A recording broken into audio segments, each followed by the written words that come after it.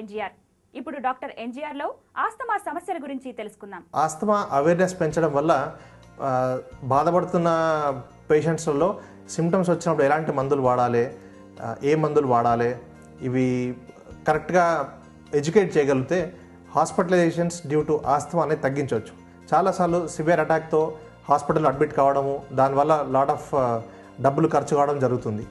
కొన్నిసార్లు patient ventilator మీదకి వెళ్ళడము, చాలా రోజులు ఐసీయూలలో ఉండడము, హాస్పిటల్లో ఉండి చాలా డబ్బులు ఖర్చు అవుతుంటాయి. ఇవన్నీ తగ్గించడానికి ఏంటంటే పేషెంట్ ఎడ్యుకేషన్ ఇంప్రూవ్ చేయడం వల్ల వాళ్ళు మందులు ఎఫెక్ట్గా వాడి ట్రీట్మెంట్ రెగ్యులర్గా తీసుకొని రెగ్యులర్ ఫాలోఅప్లో ఉంటే మనం ఇవన్నీ కూడా తగ్గించవచ్చు. అయితే మందులలో కొత్త మందులు వచ్చాయా, ఏదైనా పర్మనెంట్ క్యూర్ ఉందా అని చాలాసార్లు ప్రజలు అడుగుతుంటారు. ఇందులో ఉన్న మెడికేషన్స్ చాలా మంచి మెడికేషన్స్, ఎఫెక్టివ్ కంట్రోల్ ఉంది. ప్రస్తుతానికి రీసెర్చ్ జరుగుతుంది, పర్మనెంట్ క్యూర్ ఇంకా కనుక్కోలేకపోయారు. కానీ ఎఫెక్టివ్ కంట్రోల్ అంటే ఆల్మోస్ట్ డిసీజ్ అన్నది ఇప్పుడు బీపీ షుగర్లో మందులు వాడితే ఎలా కంట్రోల్ అవుతుందో అలా కంట్రోల్ చేయగల మందులు ఉన్నాయి మనకి ఇప్పుడు. సో మెడిసిన్స్ వాడడము అన్నది చాలా ఇంపార్టెంట్. రెగ్యులర్గా వాడాలా, లైఫ్ లాంగ్ మందులు వాడాలా అంటే అవసరం ఉండదు. రెగ్యులర్గా మందులు వాడి బాగా కంట్రోల్ చేసిన వాళ్ళల్లో డోస్ తగ్గించుకుంటూ కొన్నిసార్లు మందులు ఏం వాడకుండా ఎప్పుడన్నా అటాక్ వచ్చినప్పుడే సివియారిటీ బట్టి మందులు SOS వాడుకోవాల్సిన అవసరం కొంతమందిలో ఉంటుంది. సో సివియారిటీ ఆఫ్ ఆస్తమా అన్నది మనం డయాగ్నోస్ చేసి మందులు రెగ్యులర్గా వాడడం అన్నది చాలా ఇంపార్టెంట్. ఆస్తమా తిండి పదార్థాల వల్ల వస్తుందా, దేనివల్ల వస్తుందా అంటే ఆస్తమా అన్నది అలర్జిక్ కండిషన్. అది ఆస్తమా ఉన్న వాళ్ళలో కొంతమందిలో అలర్జిక్ రైనైటిస్ అనే కండిషన్ కూడా ఉంటుంది, ఒక 30% మందిలో. ఇందులో ఏంటంటే ముక్కులోంచి నీళ్ళు గారడము, తుమ్ములు రావడము. సో మెడికేషన్ కాంబినేషన్లో తీసుకుంటే which control both allergy condition, rhinitis కండిషన్ని ప్లస్ ఆస్తమాని, ఆ కంబైన్డ్ మెడికేషన్ వాడడం వల్ల రెండు కండిషన్ కూడా కంట్రోల్ అవుతాయి.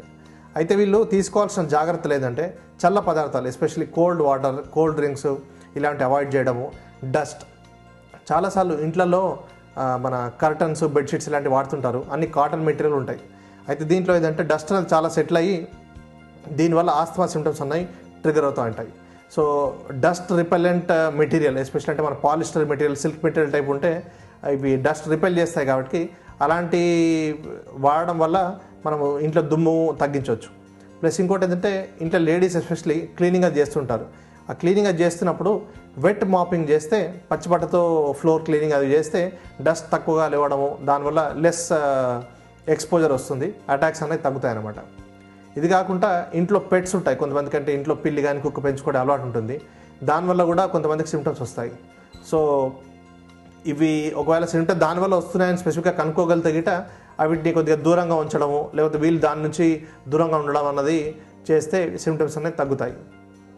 అదర్వైజ్ కొంతమందికి విత్ రెగ్యులర్ మెడికేషన్ మంచి ఎఫెక్టివ్ కంట్రోల్ ఉంటుంది. క్యూర్ ప్రస్తుతానికి లేదు, but we can prevent and control asthma effectively. Preventable కాజెస్లో స్మోకింగ్ ఒకటి. పేరెంట్స్ ఎవరన్నా స్మోక్ చేస్తే ఇంట్లో పిల్లలకు ఆస్తమా వచ్చే రిస్క్ చాలా పెరుగుతుంది. సో పేరెంట్స్ ఎవరన్నా స్మోక్ చేసే వాళ్ళు ఉంటే దాన్ని స్టాప్ చేస్తే మంచిది.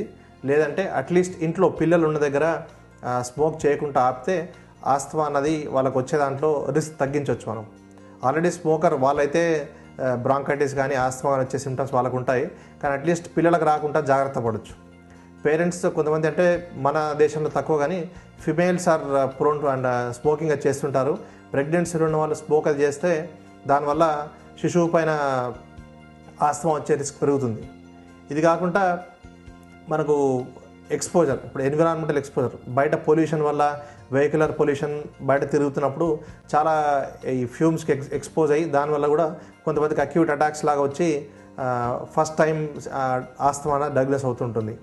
ఇవన్నీ కూడా ఏంటంటే సాధ్యమైనంత వరకు వీళ్ళు ఈ ఎక్స్పోజర్ని తగ్గించగలిగితే ఏదైనా విధానంగా వీళ్ళకు ఉపయోగకరంగా ఉంటుంది. ఆస్తమాలో ఇంకొకటి, చిన్నపిల్లలకు ఆస్తమా వచ్చినప్పుడు పేరెంట్స్ చాలా వరీ అవుతుంటారు.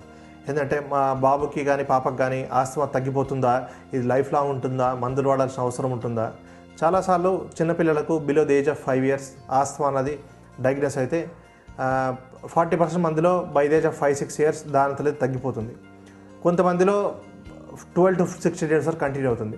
ఒక 20% పిల్లలలో పెద్దవాళ్ళైనా కానీ సిమ్టమ్స్ కంటిన్యూ అవుతాయి. దీంట్లో చిన్నపిల్లలాగైనా కానీ ఎప్పుడైనా కానీ డయాగ్నోస్ అయినప్పుడు మందులు వాడి దాన్ని కంట్రోల్ చేసుకుంటే అది ఫ్యూచర్లో సిమ్టమ్స్ కానీ సివియారిటీ కానీ తగ్గుతుందన్నమాట. సో దాని గురించి వరి కాకుండా లైఫ్ లాంగ్ మందులు వాడాలన్నా కాకుండా అట్ ప్రజెంట్ ఉన్న దానికి మందులు వాడితే ఫ్యూచర్లో ఆటోమేటిక్గా కంట్రోల్ అయిపోతే అది లేదన్నట్టే. ఇంకొక టైప్ ఆఫ్ ఆస్తమా ఏంటంటే ఆక్యుపేషనల్ ఆస్తమా. ఇదేంటంటే కొన్ని ఆక్యుపేషన్ రిలేటెడ్. ఇప్పుడు పెయింటర్స్ ఉంటారు, కార్పెంటర్స్ ఉంటారు, గోల్డ్ స్మిత్స్ ఉంటారు. వీళ్ళందరూ అంటే కన్స్ట్రక్షన్ వర్కర్స్ ఉంటారు. Related to their work they are expose to lot of dust and fumes. దీనివల్ల కూడా ఆస్తమా వస్తుంది. దీనికి డయాగ్నోసిస్ ఎలా అంటే వాళ్ళు పనిచేస్తున్న రోజులలో సిమ్టమ్స్ రావడము, ఇప్పుడు హాలిడే తీసుకొని 1-2 days వర్క్ వెళ్ళినప్పుడు సిమ్టమ్స్ తగ్గి ఉండడము, ప్లస్ పీక్ ఫ్లోమెట్రీ అంటాం, అంటే lung function, mini lung function. ఇది అట్ వర్క్ ప్లేస్ డైలీ పొద్దున సాయంత్రము ఇంటి దగ్గర ప్లస్ వర్క్ వెళ్ళినప్పుడు అక్కడ లంగ్ ఫంక్షన్ చెక్ చేసుకోవడము, ప్లస్ మళ్ళీ వీకెండ్స్ ఎప్పుడైతే వర్క్ చేయరో ఆ రోజుల్లో లంగ్ ఫంక్షన్ చెక్ చేసుకోవడము. ఇవి చేయడం వల్ల సింపుల్ టెస్ట్ పీక్ ఫ్లోమెట్రీ అంటే ఒక 400 రూపీస్లో చిన్న మీటర్ వస్తుంది. దాంట్లో గాలి ఊదడము, అది ఎంత ఉందని రికార్డ్ చేసి పెట్టి మళ్ళీ డాక్టర్ దగ్గర తీసుకెళ్తే అది ఆక్యుపేషనల్ ఆస్తమా ఉందా లేదా అని నిర్ధారించవచ్చు. దాన్ని బట్టి ట్రీట్మెంట్ ఉందా, వాళ్ళు ఒకవేళ ఆక్యుపేషన్ అంటే ఆ ఎక్స్పోజర్ తగ్గించడానికి మనము తీసుకోవాల్సిన జాగ్రత్తలు ఏంటి, ట్రీట్మెంట్ ఏంటనేది డిసైడ్ చేయొచ్చు అనమాట. సో ఈ రకరకాల asthma, occupational asthma, childhood asthma, exercise induced asthma, ఇవన్నిటికి కూడా ట్రీట్మెంట్ ఇంచుమించుగా సేమ్ ఉంటుంది విత్ స్మాల్ వేరియేషన్స్. ఇవన్నిటికి కూడా మందులు రెగ్యులర్గా వాడడము, అది preferably inhaled medication and symptoms తగ్గించుకొని వాళ్ళు హెల్తీ లైఫ్ లీడ్ చేయొచ్చు. ఇదండి ఇవాల్టి ఎపిసోడ్. రేపటి ఎపిసోడ్లో మళ్ళీ కలుసుకుందాం. అంతవరకు సెలవు. నమస్కారం.